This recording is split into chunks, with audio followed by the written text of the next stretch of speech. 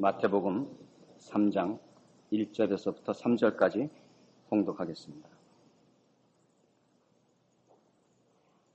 그때 세례 요한이 이르러 유대 광야에서 전파하여 가로되 회개하라 천국이 가까웠느니라 하였으니 저는 선지자 이사야로 말씀하신 자라. 일렀으되 광야에 외치는 자의 소리가 있어 가로되 너희는 주의 길을 예비하라 그의 첩경을 평탄케 하라 하였느니라. 세례 요한은 예수 그리스도의 사역을 준비하며 그 길을 예비하는 자입니다. 그가 와서 한 외침, 그 준비로서의 선포는 회개하라 천국이 가까웠다 하는 것입니다. 회개란 윤리적으로나 도덕적 차원에서의 문제가 아닙니다. 말하자면 우리 세상에서 쓰는 개과천선이라는 뜻이 아니고 성경에 있어서의 회개는 하나님으로부터 도망간 자리에서 하나님으로 돌아오라는 뜻입니다. 우리 예수 믿는 사람들도 이 부분에서 이 회개라든가 믿음이라는 것을 인격적 존재인 하나님과의 관계로 이해를 하지 못하고 이상과 윤리, 도덕이라는 차원으로 자꾸 이 개념화하는 습성이 있어서 혼동을 자주 일으키곤 하는 것을 봅니다. 믿지 않는 사람들의 얘기를 들어보면 이런 부분에 대한 오해가 대표적으로 나타나는 것이 이런 겁니다. 저 사람은 예수 믿지 않아도 천국 갈 사람이야 라는 표현이 바로 그런 것들입니다. 성경에서 회개하라는 것은 죄나 잘못에서 떠나라는 것이 아닙니다. 하나님과의 관계에 있어서 하나님을 대적하고 외면하고 자신이 자신의 주인이 된 자리로부터 하나님께로 돌아와 그 앞에 복종하라는 뜻입니다.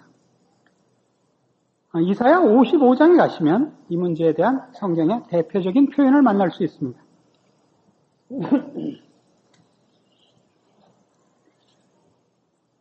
이사야 55장 6절입니다. 구약성경 1035페이지입니다. 너희는 여호와를 만날 만한 때에 찾으라. 가까이 계실 때 그를 부르라. 악인은 그 길을, 불의한 자는 그 생각을 버리고 여호와께로 돌아오라. 그리하면 그가 긍휼히 여기시리라. 우리 하나님께로 나오라. 그가 널리 용서하시리라. 이게 바로 회개입니다. 악인은 그 길을, 불의한 자는 그 생각을 버리고 여호와께로 돌아오란데, 그래서 하나님께로 돌아오는 것이 악과 불의에서 돌아오는 것을 초점으로 삼는 것이 아니고, 불의한 악인의 길과 불의한 생각은 하나님을 떠나 있는 자, 하나님과의 관계를 단절하고 스스로의 생각대로, 결정대로 사는 자의 모든 행동과 생각을 나타내는 것이고, 하나님을 주인으로 삼지 않고 혼자 사는 이런 모든 것들을 불의하다, 악하다 그러는 것입니다.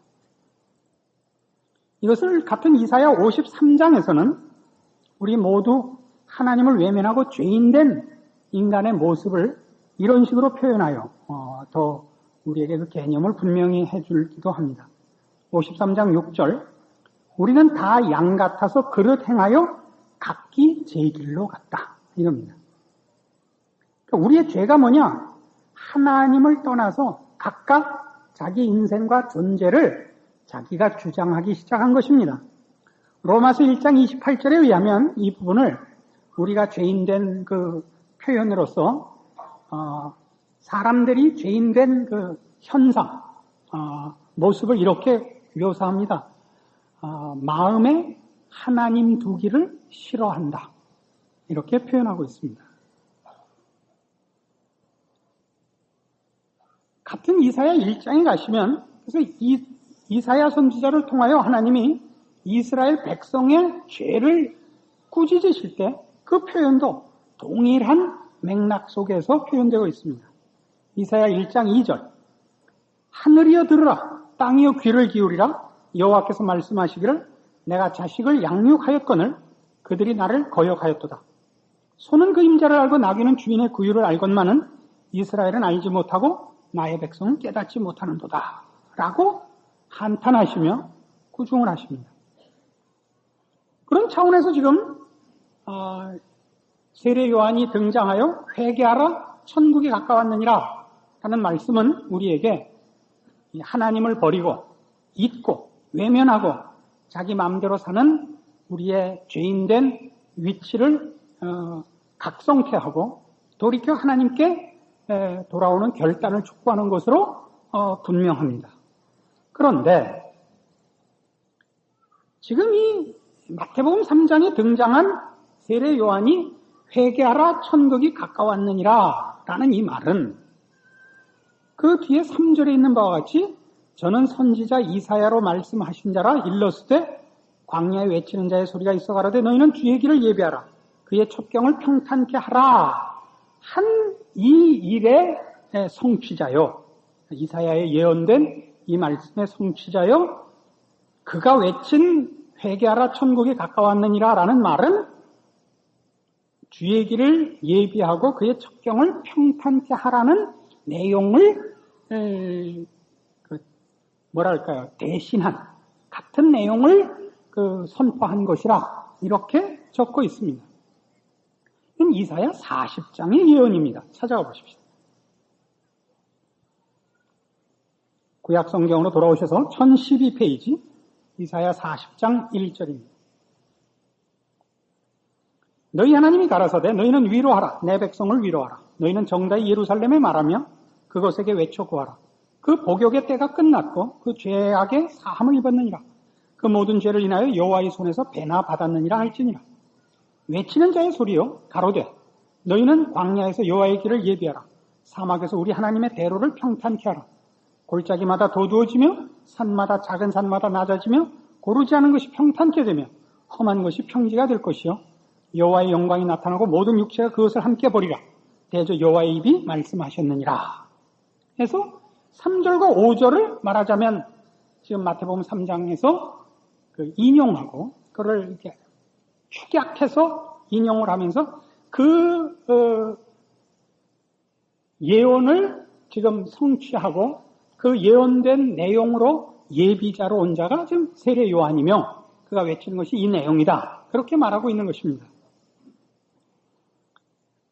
이사야 선지자는 지난번에 우리 임마누엘에 관하여 그 예언의 성취를 볼 때 그 예언을 한 선지자였고 그래서 살펴본 대로 하나님 앞에 범죄한 이스라엘의 멸망과 하나님으로부터 받을 징벌을 예언하고 그리고 또 그럼에도 불구하고 하나님께서 그 백성을 그 징벌과 형벌에서 정화시켜 마침내는 구원하실 것이라 하는 예언을 한 선지자로 알고 있습니다.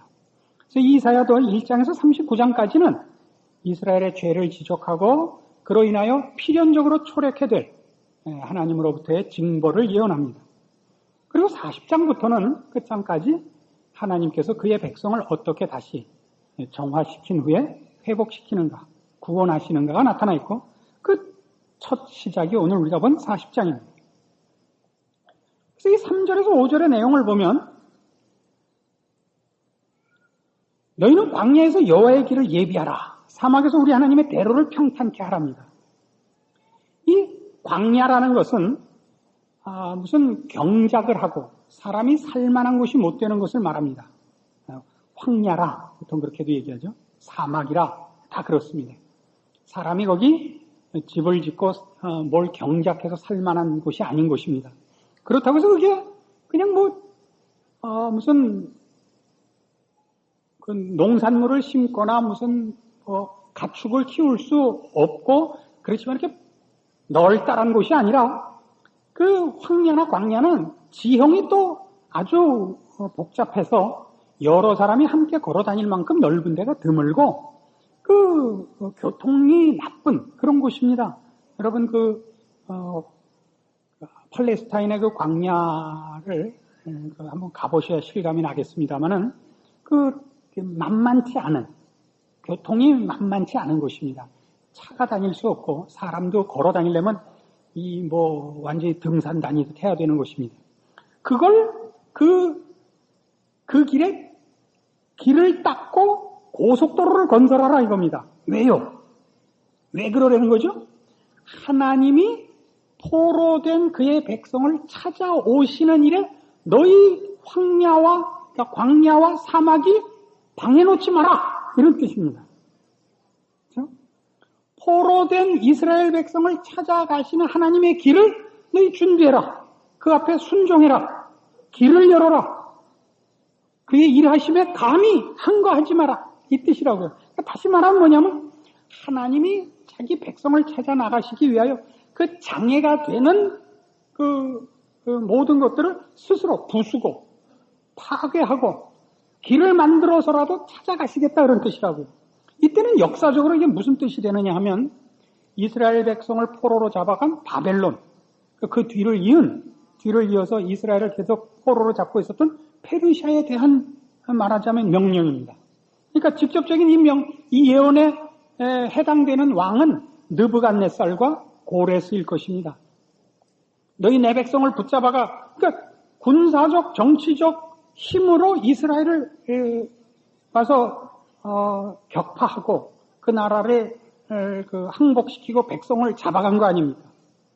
그 백성을 돌이키려면 이들이야말로 군사적, 경제적, 정치적 힘을 갖고 있는 이 나라의 힘을 파괴시켜야죠. 그게 여기서 말하는 산이 낮아지고 골짜기가 도두어지는 것입니다. 역사적으로 보면 그렇습니다.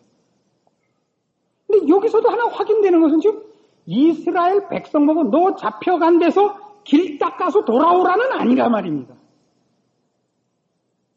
하나님이 이스라엘 백성을 찾아 나가는 일에 방해가 되는 것을 없애라 해서 이스라엘 백성이 하나님 앞에 지금 벌을 받은 것은 그들이 하나님을 외면하고 자기 길로 가서 쫓겨간 것입니다만 그들을 붙잡은 자들, 바벨론 왕, 또 페르시아 왕 보고 놔라 이렇게 얘기를 하지 이스라엘 백성 보고 돌아오라 그러진 않는 게 이 장면이란 말이에요. 그래서 그런 차원에서 보자면 지금 우리가 이 예언의 성취자인 세례 요한이 예수님 앞에 그 길을 예비하러 나서서 회개하라 천국이 가까웠느니라라고 외친 것이 그냥 쉽게 생각을 하면 하나님을 떠나고 범죄한 너희 모든 하나님의 백성들아 회개하고 하나님 싫어하던 마음을 벗어버리고 돌아오라가 되죠.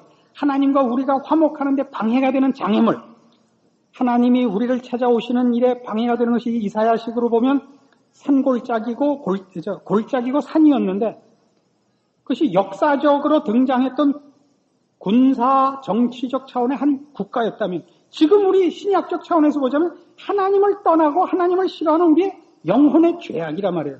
근데 이것을 우리 보고 해결하고 오라는 게 아니라니까요. 지금. 이사야 40장의 예언은 분명히 이스라엘 백성 보고 너희 길 닦아서 돌아오라가 아니라 내 백성을 뺏어간 자들아 놔라 이거란 말이에요. 이걸 신약이 그냥 인용해서 이해를 하면 뭐가 되냐면 내 백성을 나로부터 떼어낸 죄악들아 네 손을 놔라 이 얘기가 된단 말이에요. 그래서 실제로 신약에서 구원에 관한 얘기, 하나님이 우리를 만나신 얘기, 혹은 아직 이해가 쉽지 않다면 우리가 하나님을 찾은 얘기, 구원에 관한 설명을 보자고요. 그럼 이렇게 돼 있단 말이에요. 에베소서 2장. 신약 성경 311페이지 에베소서 2장 1절. 너희의 허물과 죄로 죽었던 너희를 살리셨도다. 그때 너희가 그 가운데서 행하여 이 세상 풍속을 쫓고 공중의 권세 잡은 자를 따랐으니 곧 지금 불순종의 아들들 가운데서 역사하는 영이라. 전에는 우리도 다 그 가운데서 우리 육체의 욕심을 따라 지내며 육체와 마음에 원하는 것을 하여 다른 이들과 같이 본질상 진노의 자녀이었더니 긍휼에 풍성하신 하나님이 우리를 사랑하신 그 큰 사랑을 인하여 허물로 죽은 우리를 그리스도와 함께 살리셨다 이거예요. 자, 구원에 관한 얘기를 봐요. 구원은 언제나 이렇게 됐어요. 우리가 하나님 앞에 와서 울고 불고 잘못했다고 용서를 빌고 도와달라 그러고 구원시켜달라고 애걸했더니 하나님이 용서해줬다가 아니라 우리는 우리 구원에 대한 필요성을 인식하지 못하고 우리가 어떤 형편에 있는지 모르고 있는데 죽어가고 있는데도 모르고 있는데 하나님이 그 긍휼과 자비로 예수 그리스도를 보내서 꺼냈다 이거란 말이에요. 언제나. 이러면 반짝하고 머리에 불이 안 들어와요? 남포교회인데 남포라는 게 그 램프라는 영어를 한문으로 쓴 거예요. 불이 안 들어와요? 그릇만 나요? 너희의 허물과 죄로 죽었던 너희를 살렸단 말이에요. 뭐하고 있는데? 그때 너희가 그 가운데서 이 세상 풍속을 쫓고 하나님에 대한 생각도 없고 3절에 있는 식으로 하면 육체의 욕심을 따라지냐면 육체와 마음에 원하는 것을 하여 다른 이들과 같이 본질상 진노의 자녀 속에 있는데 긍휼에 풍성하신 하나님이 오셔서 우리를 구원해내셨단 말이에요. 예수 그리스도로. 우리 다 알고 있으면서도 이 자꾸 연결해서 혼동을 해서 그래요. 우리가 구원시켜달라 그런 게 아니라고요. 로마서 5장 가면 더 분명해요. 로마서 5장 6절. 로마서 5장 6절. 우리가 아직 연약할 때 기약대로 그리스도께서 경건치 않은 자를 위하여 죽으셨도다. 의인을 위하여 죽는 자가 쉽지 않고 선인을 위하여 용감히 죽는 자가 혹 있거니와 우리가 아직 죄인 되었을 때 그리스도께서 우리를 위하여 죽으심으로 하나님께서 우리에게 대한 자기의 사랑을 확증하셨느니라. 언제 예수님이 십자가를 졌다고요? 우리가 죄인이었을 때, 아직 연약할 때. 이게 무슨 얘기예요? 우리가 구원의 필요성을 인식하지 못하고 구원을 요청하지 않았을 때라고요. 우리가 뭐 하고 있는지 모르는데 그때 벌써 하나님이 우리를 위해 예수 그리스도를 십자가에 못 박는단 말이에요. 그럼 봐요.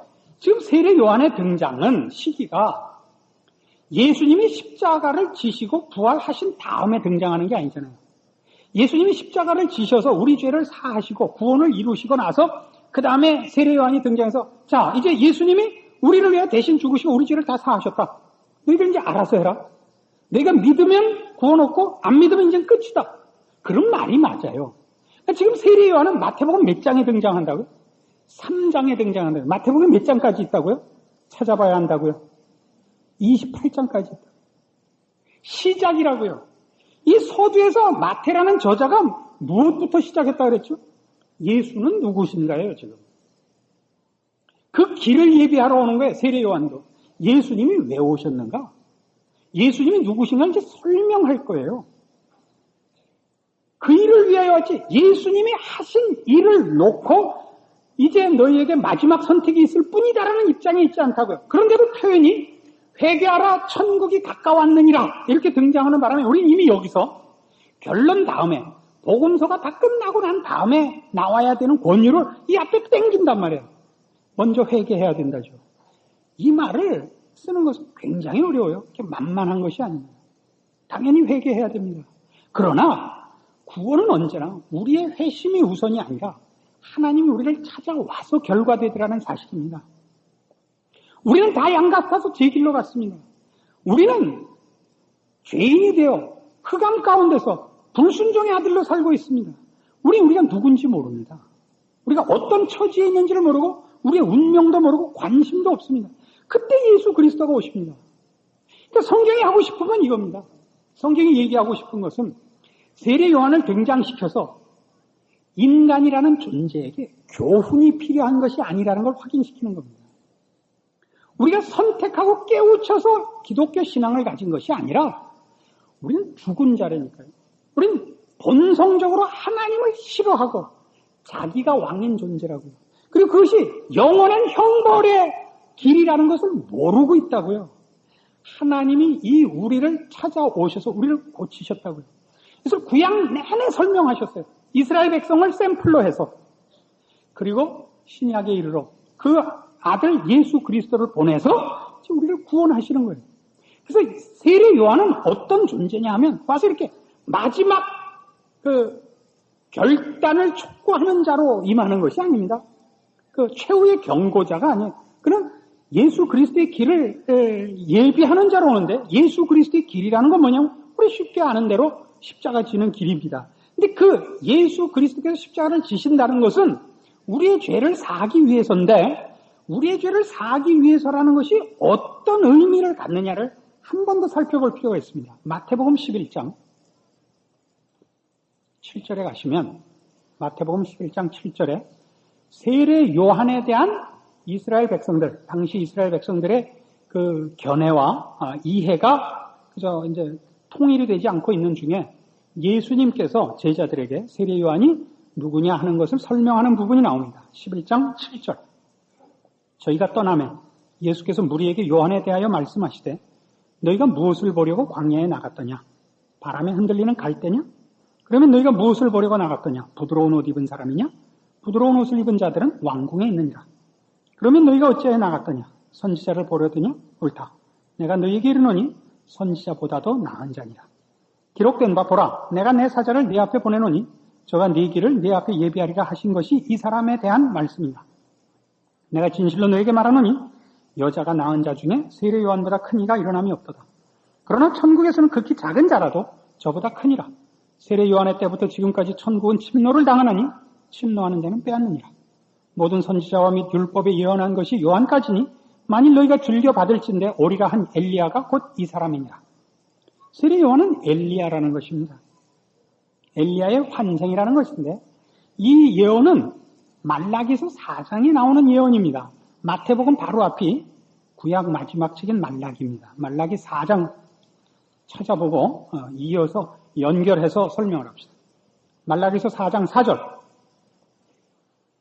너희는 내가 호렙에서 온 이스라엘을 위하여 내 종 모세에게 명한 법, 곧 율례와 법도를 기억하라. 보라, 여호와의 크고 두려운 날이 이르기 전에 내가 선지 엘리야를 너희에게 보내리니 그가 아비의 마음을 자녀에게로 돌이키게 하고 자녀들의 마음을 그들의 아비에게로 돌이키게 하리라. 돌이키지 아니하면 두렵건대 내가 와서 저주로 그 땅을 칠까 하노라 하시니라. 엘리야를 다시 보낸답니다. 아까도 설명드린 대로 기독교에는 이런 윤회설이라는 건 없습니다. 예전에 살았던 사람이 다시 태어나고 이런 건 없습니다. 여기서 말하는 엘리야는 엘리야가 했던 사역의 그 내용을 다시 행할 자를 말합니다. 엘리야는 여러분 잘 아시는 대로 북왕조 이스라엘의 선지자였고 당시 이스라엘 역사상 최고의 악왕인 아합의 시대에 그가 선지자 노릇을 했습니다.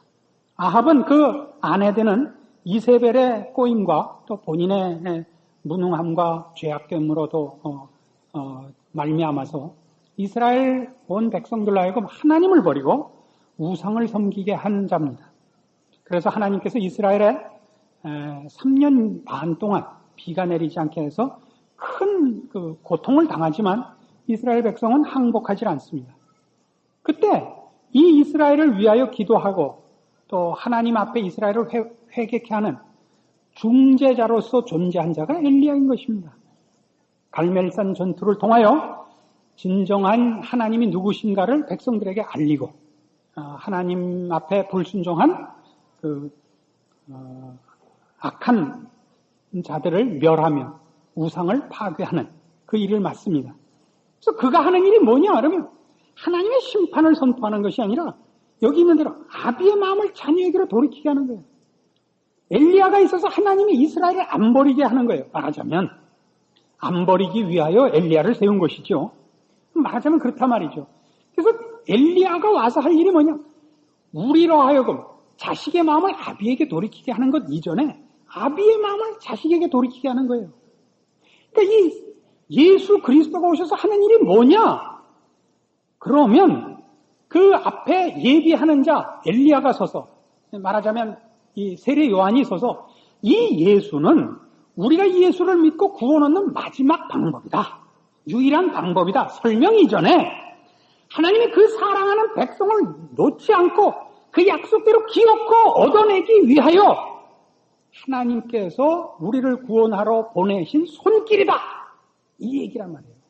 그러니까 예수 그리스도의 십자가로 우리가 하나님을 만나는 것 이전에 하나님이 우리를 찾아오실 수 있게 된단 말이에요. 광야에 하나님의 대로가 생긴단 말이에요. 그와 우리 사이를 방해하던 장애물이 없어진단 말이에요. 뭐예요? 죄가 없어지죠. 예수 그리스도는 속죄 제물 아닙니까? 하나님께서 우리를 만나러 오실 수 없도록 방해를 한 죄를 없이 하는 유일한 방법이란 말이죠. 이것이 세례 요한이 외친 내용이요. 회개하라 천국이 가까웠느니라라는 표현 속에 들어있는 이 장엄한 뜻입니다. 그래서 이런 것들이 뭐 이렇게 중요해서 이렇게 악을 쓰느냐? 이렇게 중요합니다. 여러분 신앙생활을 하다 보면 믿음을 도대체 어디다 써먹나 그런 생각이 들죠. 요즘같이 좀 어려워지니까 도대체 이게 뭐 이제 시작이라는데 이렇게 어렵습니다. 앞으로 한참 동안 이 나라가 어려울 것이라고 각오하고 있습니다. 굉장히 어려워질 것입니다. 어려워지면 세상이 민심이 흉흉해지고 사람들이 각박해지고 뭐 그럴 것입니다. 근데 믿었다는 것으로 도대체 무슨 경제적으로 또는 뭐 신체적으로 우리 사는 인생살이에서 무슨 도움이 있겠는가? 이렇게 생각해 보신 적 없습니까? 예수 믿은 것이 어떤 보상이 있는가? 이런 보상이 있죠. 우리는 살아보면 가졌느냐 못 가졌느냐보다 우리라는 인간이라는 존재가 얼마나 못됐는가에 사실은 진저리를 쳐야 됩니다. 없으면 사람들이 아마 강도가 되고 도둑놈이 될 것입니다. 민심이 흉흉해질 거라고요. 그러나 가졌을 때는 안 그랬나요? 안 가져서 흉폭해지는 것 이상으로 가졌을 때 흉포합니다. 서구 사회가 이 19세기 말과 20세기 초에 거쳐서 세계를 약탈한 것이 가져서 약탈한 겁니다. 거기다 기독교라는 신앙까지 오해해가지고 얼마나 극악무도하게 놀았는지 모르죠. 이 백인 나쁜 쉐이들 말이에요. 근데 그거는 인종의 문제가 아니란 말이에요. 그래서 우리가 살면서 가장 놀라는 건 인간이란 도대체 뭐냐 하는 거예요. 그 자신에 대해서 놀란단 말이죠. 우리가 제일 크게 놀라는 것은 자신에 대해서 제대로 눈을 떠서 가지는 그 경악스러운 절망입니다. 무능, 그 탐심, 완악함, 게으름, 이기심, 더러움에 대하여 제대로 눈을 뜨는 날 우리는 신앙을 가질 수가 없다는 생각이 들어요. 그 얘기예요. 신앙은 우리가 하나님 앞에 찾아나게 하여 닦은 길의 길이가 아닙니다. 신앙은 이 더러운 나도 나를 용서할 수 없는 생각이 드는 나를 하나님이 찾아오기 위해 닦은 길의 길이를 말하는 것입니다. 그 닦은 길의 길이가 무게가 뭐죠? 그 아들을 십자가에 못 박아 죽이신 것이라는 얘기입니다. 그게 우리가 갖는 신앙입니다. 나도 나를 용서할 수 없고 나도 내가 보기 싫고 나도 나 같은 것은 없었으면 좋겠다고 생각하는데 하나님은 나를 포기하시지 않더라는 거죠. 하나님은 나를 사랑하시더라는 거죠. 그래서 로마서 8장 제가 자주 인용하는 대로 그 무엇이 그리스도 예수 안에 있는 하나님의 사랑에서 우리를 끊을 수 있으랴라는 그 놀라운 외침이 터지는 것입니다. 여기에 신자된 자랑이 있고 믿음이 힘을 발하는 자리가 있습니다. 여러분을 괴롭히는 것이 무엇인가를 확인하셔야 됩니다. 죄입니다.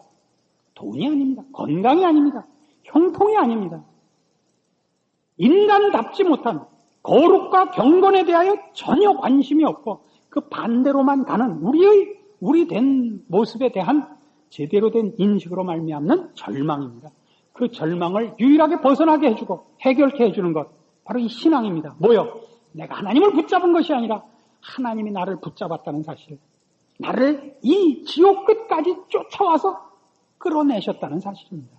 이것이 바로 세례 요한이 외치는 외침인 것입니다. 너희는 광야에서 여호와의 길을 준비하라 이겁니다. 그 대로를 평탄케 하라. 골짜기가 있느냐? 올라서라. 샘봉우리가 있느냐? 낮아져라. 고속도로를 만들어 오시는 하나님을 영접하라. 그가 우리를 위하여 우주 끝까지 모든 힘과 정성과 성실함과 능력으로 찾아오셨느니라. 그것이 바로 이 세례 요한의 외침, 회개하라, 천국이 가까웠느니라 속에 들어있는 진정한 의미요. 오늘날에도 우리가 우리의 이 어려운, 믿음으로 살기 어려운 현실, 세상과 나 자신의 모습 속에서 우리를 지키고 하나님 자녀된 그 이유만으로 감사하며 승리하며 소망을 갖는 이유인 것입니다. 기도하십시다. 하나님 아버지 은혜를 감사합니다. 우리가 하나님의 자녀인 것과 그 사랑을 받고 있는 사실에 대하여 다시 한번 확인하고 감사드립니다. 우리를 놓지 아니하시는 하나님의 손길과 그 아들을 아끼지 아니하신 하나님의 사랑 가운데 있음을 인하여 찬송합니다. 우리 남은 여생이 세상의 영적인 공격 앞에 있는 것을 직시하게 하시고 그것을 이기는 힘이 우리를 사랑하시고 지키시는 하나님의 손길 위에 있음을 확인케 하사 우리로 인한 절망과 낙심이 없게 하시고 그리스도의 사랑 가운데 하나님의 손길과 능력과 복주심과 신실하심 위에서 믿음의 승리가 있게 하여 주시옵소서. 예수님의 이름으로 기도합니다. 아멘.